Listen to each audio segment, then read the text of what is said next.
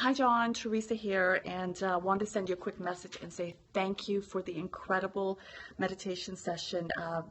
It was such a great experience connecting with my body, just my breathing, and what was most extraordinary, though, I just want to mention, because this is what stands out to me, is my connection with my feet.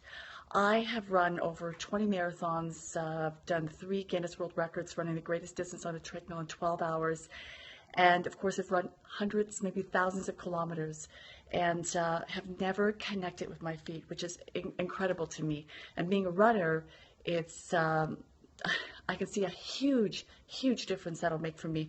To show you just the experience I've had with all my marathons and my Guinness World Record here. So I just want to say that that experience was incredible, and I definitely will be doing more of the sessions, because I think it's going to add to my training, and for any runner at all, it's just such an addition. And I know runners out there would understand completely, but if you are a runner, just I'd say, have you ever actually connected with your feet? So just thank you again, and I look forward to another session and taking my training to another level. I am going for a 400 meter in the next 2 years, training with Mark McCoy, gold medalist, and really looking forward to that. Thank you again. Take care. Bye-bye.